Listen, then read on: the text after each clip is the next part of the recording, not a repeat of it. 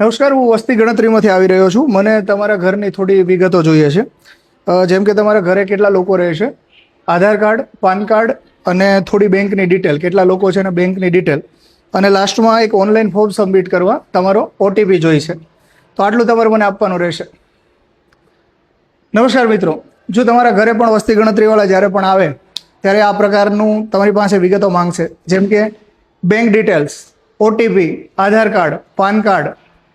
ભારત સરકાર દ્વારા વસ્તી ગણતરીના નિયમોમાં આવા કોઈ જ માહિતી માંગવામાં આવી નથી. બેંક ડિટેલમાં આધાર કાર્ડ, ઓટીપી, પાન કાર્ડ, તમારી ફાઇનાન્શિયલ માહિતી સરકારનો કોઈ પણ અધિકારી ક્યારેય માંગશે નહીં.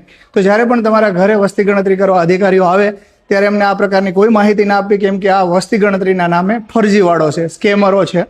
સ્કેમરો અત્યારે રૂરલમાં વસ્તી ગણતરીનો લાભ લઈ અને ઘરે ઘરે જઈ રહ્યા છે અને વસ્તી ગણતરીના નામે સ્કેમ થઈ રહ્યું છે. જો તમે એને આ પ્રકારના ઓટીપી કે ફાઇનાન્શિયલ માહિતી આપશો તો તમારું બેંક એકાઉન્ટ ખાલી થઈ શકે છે. તો જ્યારે પણ તમારા ઘરે સરકારી અધિકારી આવે તો એનું પ્રોપર આઈડી કાર્ડ ચેક કરો, એમનો લેટર ચેક કરો અને એ અધિકારીને સહયોગ આપો. અને માહિતીમાં તમારી પાસે જે માંગશે એ તમારા ઘર પરિવારમાં કેટલા લોકો છે, કેટલા સભ્યો છે, કોણ શું રોજગાર ધંધો કરે છે અને તમારું મકાન કાચું છે, પાકું છે, કેવા પ્રકારનું મકાન છે, આ જ વિગતો માંગવામાં આવશે. બેંક વિગતો ક્યારેય કોઈ પ્રકારના સરકારી અધિકારીઓ માંગશે નહીં, અને જો માંગે તો તાત્કાલિક નજીકના પોલીસ સ્ટેશનમાં આ બાબતે જાણ કરી શકો છો. અને જો સાયબર ફ્રોડ થાય તો 1930 નંબર પર તમે તાત્કાલિક જાણ કરી શકો છો. વધુમાં વધુ લોકોને આ વિડીયોને શેર કરજો, જેથી કોઈની સાથે સ્કેમ ના થાય.